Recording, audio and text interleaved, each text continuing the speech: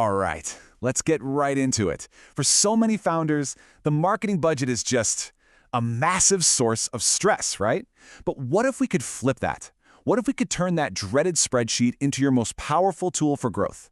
Well, that's exactly what we're going to break down in this explainer. So let's be real for a second. Is your marketing budget just a shot in the dark? A guessing game? You know you've got to spend money to make money, but that uncertainty can feel totally paralyzing. You're putting money out there, maybe even a lot of it, but there's that nagging feeling in the back of your mind. Are you even spending it on the right things?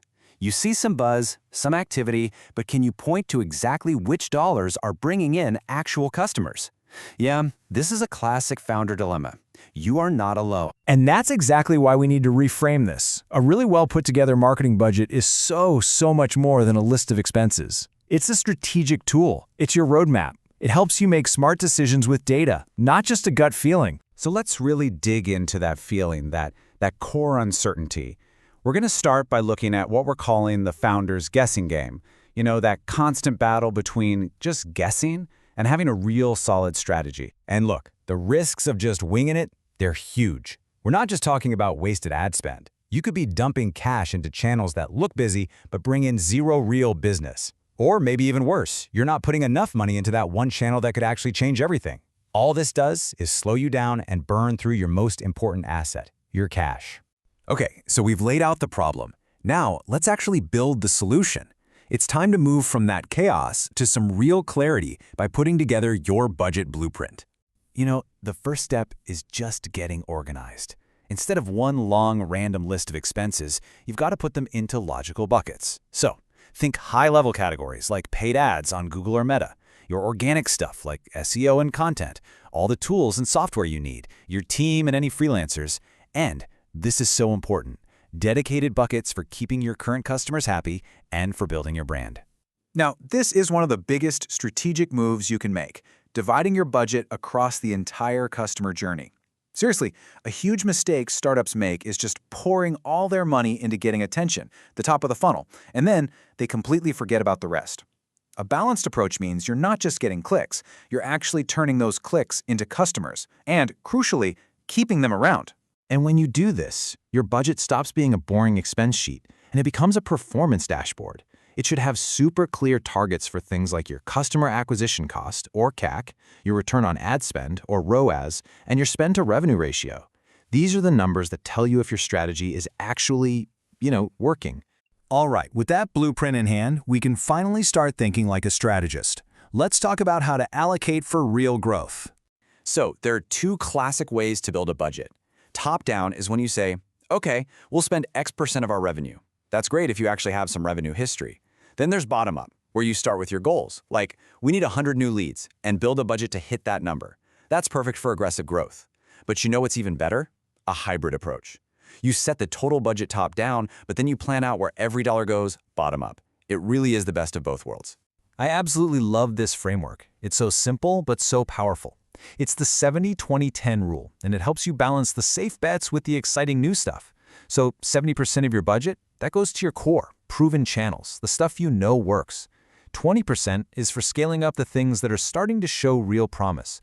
And that last 10%, that's your fun money. It's your lab. It's for the wild ideas and new platforms that just might become your next big thing. Now, to make any of this real, you need some benchmarks. This isn't about just copying your competitors. It's about setting realistic goals for yourself. For example, on Google Ads, are you shooting for at least a 2.5 times return on your ad spend? With your SEO, are you ready to wait 3 to 6 months before you see a real return? Having these targets is what makes your budget accountable. Okay, so you have a plan, you have a blueprint, but a plan that just sits in a folder is totally useless. It's time to go from plan to performance. This right here is a massive mindset shift. Stop budgeting for activities. Stop funding things like writing 5 blog posts. Start budgeting for outcomes, like acquiring 50 new customers this month. This forces every single dollar to prove its worth in terms of real business results. Let's circle back to that experimental slice of your budget. Remember the 10% from the 70-20-10 rule? Well, a lot of experts suggest making this official. Set aside a dedicated 10 to 20% of your total budget just for testing. Think of it as your R&D department for marketing. It's how you discover your next winning channel. Let's face it, A budget you make in January is probably going to be wrong by March. The market changes, so your budget has to be a living, breathing document. The key is to have a simple monthly review. It's 3 steps. 1. Review the data. What worked? What bombed? 2. Realign the money. Put more gas on the fire for what's working and cut the losers. And 3. Reforecast. Update your predictions based on what you just learned. Simple as that. And finally, let's just quickly call out the big mistakes so you can dodge them. Don't throw all your money at some unproven, trendy channel right away. Please don't forget to set aside money to keep the customers you worked so hard to get. And remember that your team and your software, they aren't free. But the biggest trap of all, setting your budget and then forgetting about it. You have to review and adapt. Okay, so let's tie all of this together. The real goal here isn't just to make a better spreadsheet. It's to build a system. This is the big idea. This is the whole thing. When you treat your budget like a dynamic, living system, you actually turn all that planning into real-world performance. It stops being some document you file away and becomes the actual engine that drives your company's growth. And I want to leave you with this idea because it's so important. How you allocate your budget matters as much as what you spend.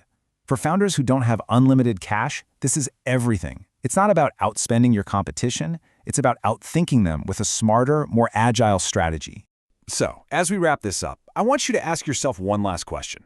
Right now, today, is your marketing budget just a static document you glance at once a quarter, or is it truly your engine for growth? Because honestly, the answer to that question will define your path forward.